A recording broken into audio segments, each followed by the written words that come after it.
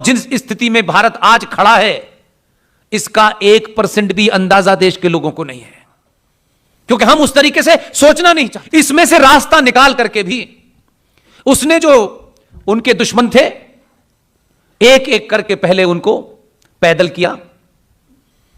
किसी से कहा कि आप मकान खाली करें, 38 लाख के मकान में किस लिए रह रही हैं आप, और कहा कि अपना कहीं ले लें, क्योंकि उनके ऑफिशियल अकाउंट के बारे में यह बताया जाता है कि वो दुनिया की नंबर 2 की रिच महिला हैं। कौन सा बिजनेस किया पता नहीं, लेकिन है। और हम खुश हो रहे हैं ये कह करके कि साहब देखिए इतना पैसा कहां से आया।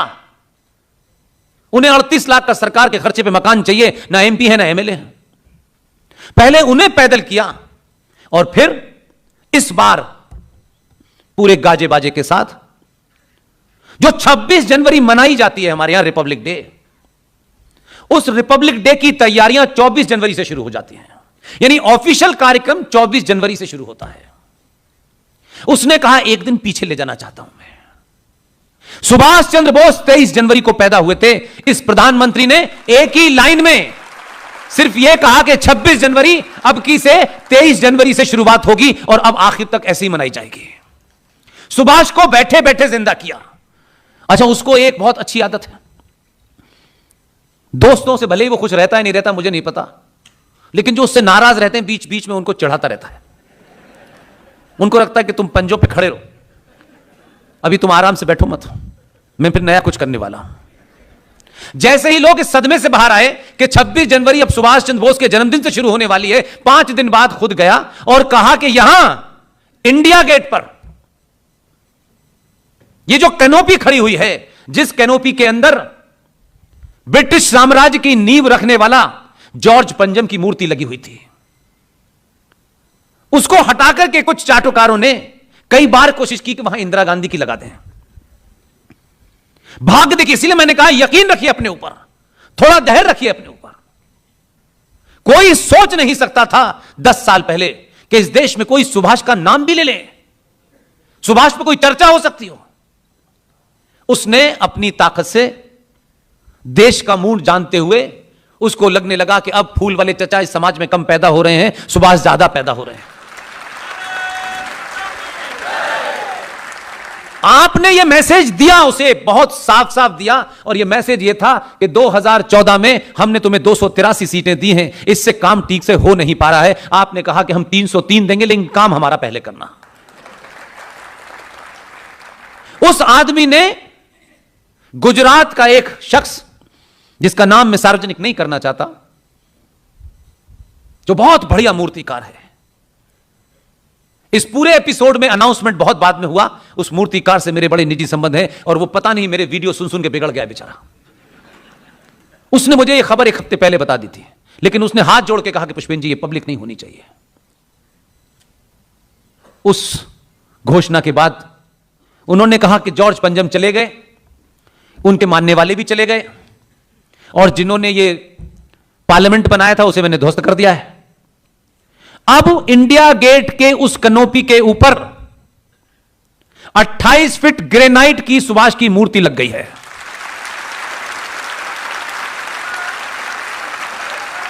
आने वाली नस्लें जब उस सुभाष को देखेंगी तो उसके उस पराक्रम के बारे में जानेंगी, उसकी उस बहादुरी के बारे में जानेंगी,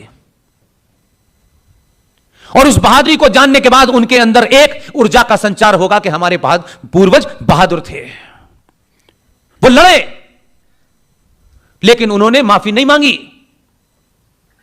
इसलिए छोटे छोटे काम से राष्ट्र कैसे मजबूत होता है, उसकी ट्रेनिंग हमारे भारत के इतिहास में 2 ऐसे लोग हुए, और दोनों ही इत्तेफाक से आपके महाराष्ट्र के हैं, और भी होंगे, लेकिन 2 के बारे में मैं बहुत शिद्दत से बोलता हूं।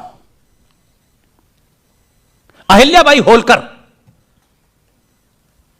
वो मध्य प्रदेश में रही। अब सोचिए कि अहिल्याबाई होलकर का अगर उनका पूरा जीवन पढ़े तो बड़ा कष्टों वाला जीवन था उनका, लेकिन आप सोचिए कि अहिल्याबाई होलकर कहां महाराष्ट्र और कहां बनारस। अहिल्याबाई होलकर को जो सोना चांदी उनको मुंह दिखाई में शादी में मिला, आप जरा उस महिला को उस तरीके से पढ़ें, तब पता चलेगा यार कि आज हम किन्हीं कारणों से बौने हो गए हो, लेकिन हमारे पूर्वज बौने नहीं थे। अहिल्याबाई होलकर को जो मुंह दिखाई में पैसा मिला, उस पैसे से अहिल्याबाई होलकर ने बनारस के मंदिरों का जीर्णोद्धार कराया। यह कोई सोच सकता है? वैसे छत्रपति शिवाजी महाराष्ट्र के हैं, मराठा हैं, आप खुश हो सकते हैं, लेकिन उन्हीं शिवाजी ने कहां ये और कहां बनारस। इसलिए उस दौर के राजा महाराजाओं ने भी राष्ट्र को भी बनाया और राज भी चलाया। छत्रपति शिवाजी यहां से बनारस तक जाते हैं और घाटों का निर्माण कराते हैं। क्या छत्रपति शिवाजी कम्युनल थे? क्या उनको सर्टिफिकेट देना पड़ेगा किसी को? क्या राज्य सत्ताओं का काम सिर्फ राज चलाना ही होता है? राष्ट्र से कोई लेना देना नहीं होता है? आज जितने भी म्यूजिक के घराने हैं, बड़ौदा के अंदर गायकवाड़ साहब हैं, उनका आज भी किला मौजूद है, उनके परिवार के लोग आज भी मौजूद हैं। उन्हीं ने अंबेडकर साहब को स्कॉलरशिप पे बाहर भेजा था पढ़ने के लिए। उन्होंने ही एक राजा रवि वर्मा नाम के बहुत बड़े आर्टिस्ट थे, वो उनको अपने राज में लाए और उन्होंने कहा कि आप बनाइए। और आज ये मंदिरों में पिछले कई सौ सालों से हम जो मूर्तियां देखते हैं, राम की और सीता की और लक्ष्मी की, ये राजा रवि वर्मा के इमेजिनेशन से बनाई गई हैं।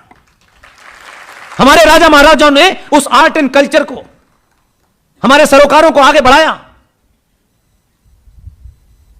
लेकिन आज देखिए हुआ क्या है। आपकी ताकत, बार बार कह रहा हूं मैं, एक आदमी शपथ लेता है भारत के संविधान की, हम तो जरा सी कपड़ा बदल लें अगर, ये बेचारे वर्दी में जो हैं, इनके प्रोटोकॉल में अलाउ नहीं है, लेकिन भारत का प्रधानमंत्री संविधान की शपथ लेता है, प्रधानमंत्री निवास में बैठता है।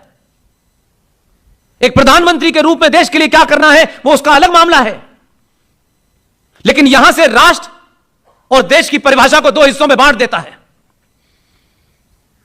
इसलिए देश का जो उसका काम है वो करे, मुझे उसमें कोई इंटरेस्ट नहीं है।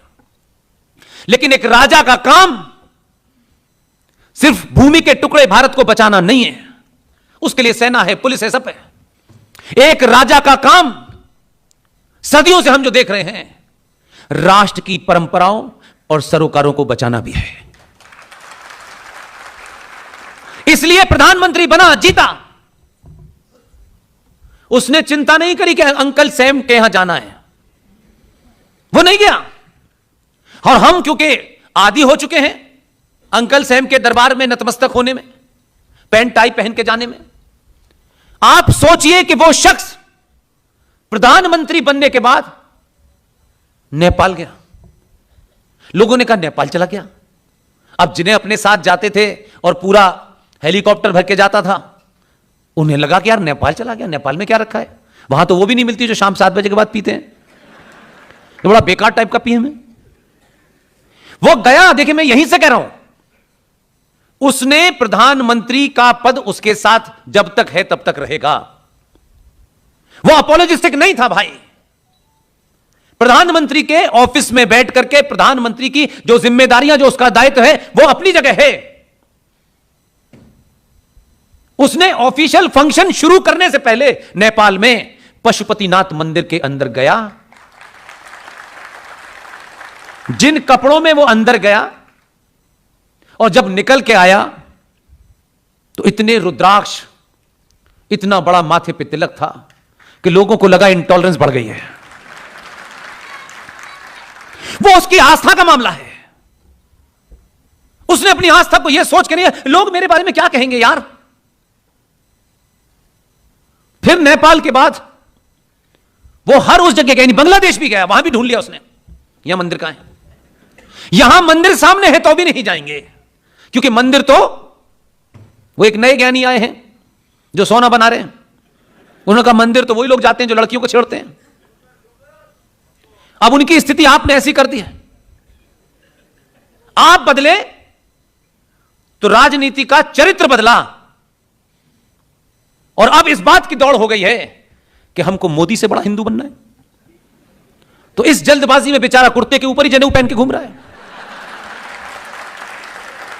किसी तरह देख लो, और कौन सा पहनूं, कुर्ते के नीचे पहनूं, कभी मंदिर जाता है कभी आता है, उसकी कोई समझ। अपने पिता पे शर्माने लगे, अपनी मां पे शर्माने लगे। अब भी पिता ही है जिसकी पैर की उंगलियों में पुराने बिश्विल हैं, पुरानी सी एक पायल है, देहाती अंदाज में वो जमीन पे बैठ जाती है, तो जिस दिन उस बेटी को और उस लड़के को अपनी मां को मेहमानों के सामने बैठाने में शर्म आएगी, समझ लिए समाप्त हो गया।